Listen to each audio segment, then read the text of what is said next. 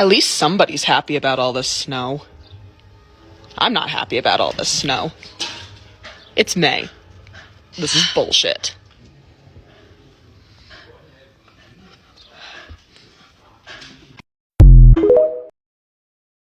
Question to all my ARBA members. For those of you going to the Estes Park show on 6/11 out here in Colorado, does anyone have the catalog? I want to take a couple of my Mini Rex and my Silver Foxes out to it, and it's next month, so it should still be open, but I can't find information online about it anywhere, and it doesn't have a website or a catalog on the ARBA site, and I have to email someone, which is cool, but I would rather just look at the information like now and not bother anyone.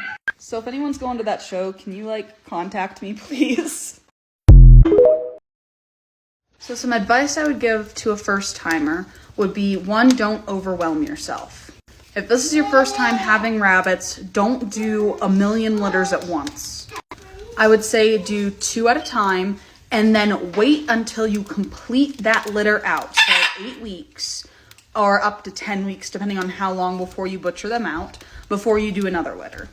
That way you're not overwhelming yourself. And then 2, if you decide you don't like it, you only have to take care of that 1 litter and the parents, and you don't have 50 rabbits that you need to get rid of.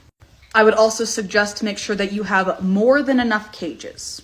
So for every doe that you breed, you're gonna need 2 grow out cages, 1 for girls and 1 for boys. And then record keeping. Record keeping is so very, very important. Make sure you're keeping track of who is mom, who is dad, when you bred, when you're supposed to put a nest box in, when they're supposed to kindle. Make sure you're getting a weight on mom before breeding, and then after you take her off of kits before you rebreed her. And then also track your grow outs and seeing how fast they are growing out compared to the amount of feed you're putting into them. Raising rabbits can be a lot of fun, but it can also get overwhelming. So make it easier on yourself by being organized. And good luck! So in my opinion, the best way to handle your rabbits while still not getting attached to them is just to remind yourself what their end purpose is. So for instance, from day 0, I always tell myself that these rabbits that I am raising are meat rabbits and they are going into our freezer to feed our family. So that expectation and standard is already set in my mind.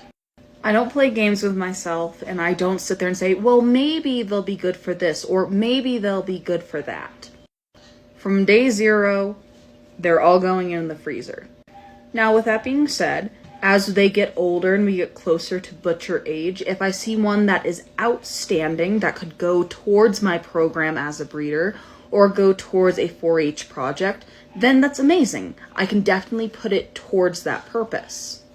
But that is the exception, not the rule. The rule on the homestead is that these animals have a purpose, and that purpose is to go in the freezer. But that's what works for me. You'll also learn the longer you do this and the more times you do this, that it does get easier. Especially if you are raising rabbits that all look the same, such as New Zealand whites or Californians. That's not to say that butchering day doesn't suck, because it does. You just get more efficient at the process, and because you get better at it, it is easier on you. Lucky is doing amazing. We had a Californian doe who gave birth to a litter of 6 that we have put him in with. This is a great example of why we breed does at the same time, and it is just in case we need to foster a baby out on another mom. She's doing a great job feeding him, and she has definitely taken him on as her own and doesn't like when I mess with him, so she is an amazing mama. But yeah, Lucky's doing great. So I can show you what I use now, and I used a paid version of it, and in another video I can show you what I used to use that was completely free. So I use this app called Everbreed. There's a free version and then there's a paid for version. I like the paid for version because I have more rabbits than what the free version allows. On here I can keep track of all of my rabbits and all of their vital information up front, ready to go. And then on my dashboard, I can see all of the things that need to get done or that I'm running late on or that are going to happen in the future. For instance, Stormy's birth up there was supposed to happen a week ago. It still hasn't happened. She's probably about a week overdue and we're going to rebreed her. And if you don't like that version of the dashboard, you can actually get a calendar with the dates set up for when you need to do what. I really like the scheduling tool. It keeps me nice and organized, and it does send me alerts through my phone. I also have average growth charts, so I can look at my production averages and make sure that my litters are gaining the weight they're supposed to be gaining. I can also look up any kind of statistics, such as how good of a mother one of my does is compared to the rest. So for instance, I can look at Solstice, see she's had 7 living kits and 0 dead kits, very great mom, compared to Belle, who has had 1 living kit and 2 dead kits, kind of side-eyeing her as a mom. I also love this statistical data right here, where you can see the average gestational days of a doe. So for instance, I have a couple of does that are pretty much on time, and then I have a couple of does that like to go really late. Which helps with my anxiety. If a doe is running late, I can see if it's normal for her or if she's having problems delivering. So yeah, that's the app I like to use. It also has automatic pedigree generators, ledgers, contacts, everything you need to run a rabbitry, plus it also has articles and other sites that you can go to do your research. So if you're looking for a 100% electronic system, this app is amazing. So I just wanted to show you all the difference between a runt in a litter and a normal sized kit in a standard Rex litter. As you can see, there is a huge size difference. I can kind of do that, but there is going to be a slight age difference, and I'll explain. On the right is a mini Rex. She is 8 weeks old. And here on the left is a standard size Rex kit. He is 5 weeks old. She is a pound, he's closer to 3. And this is a 3-week-old mini Rex, which is about the size of my standard Rex when they're about a week old.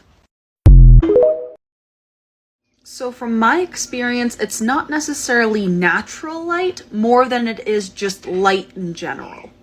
So for instance, in the winter, when we're only getting about 9 hours of light, we'll put a light in the barn that's just a standard like light bulb, and we'll put it on for an extra 3 to 4 hours. The reason we do this is to ensure that our does more easily become pregnant. It's kind of along the same lines of when you have chickens, ducks, and quail during the winter, you put some kind of light onto your coop so that they continue to lay. So you are onto something. Me breeding mini Rex makes no sense. They're horrible for a homestead. With that being said, mini Rex are my passion project. They're the first rabbit I ever showed, first rabbit I ever got into when it comes to 4-H, FFA, ARBA. They are like my first babies. And the lines I have out in the barn right now with my blue-eyed whites and my dilutes are something I've been working on for a while and something I'm extremely passionate about. And I had them first before I had my Rexes. The reason I got my Rex was because they were to be a replacement for my mini Rex as a better sustainability option for meat animals. It just doesn't tickle my itch the same way. And I'm trying. I'm honestly trying. I'm trying chinchilla lines. I'm trying to do something with these Rex. It's just not the same. Not to mention, I am still really big into 4-H and FFA and helping kids get into showing rabbits through the ARBA. And one of the easiest animals for them to handle is mini Rex.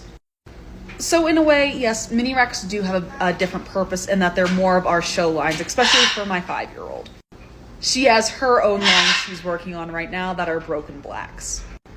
She has her first breeding pair, and we're hoping that they successfully took with a breeding. And then with my mentorship, I'll stand above her and help her kind of choose what I think would be the better option, but ultimately it's going to be her project. She can't really do that with the larger animals just because it's really hard for a 5-year-old to handle a 10-pound animal. Doesn't mean she doesn't try. It is adorable to see, especially with our rabbits that are like super used to her. but they're like half the size of her. So yeah, but I do have this thing on the farm that all rabbits are edible rabbits, so the mini Rex do get eaten. It's just they provide our family one meal compared to 2 to 3 meals that the Californians or the Rex would. But yeah, our mini Rex are mostly used for show prospects. It's not the smartest thing, but I love it.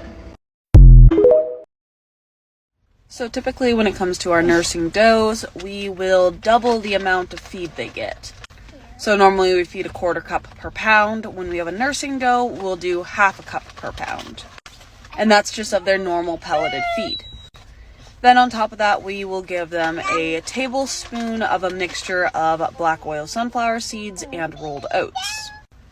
If the doe still isn't keeping condition or she needs a little extra, we will double the amount of oats and sunflower seeds we give her. But other than that, I try to stay away from supplements.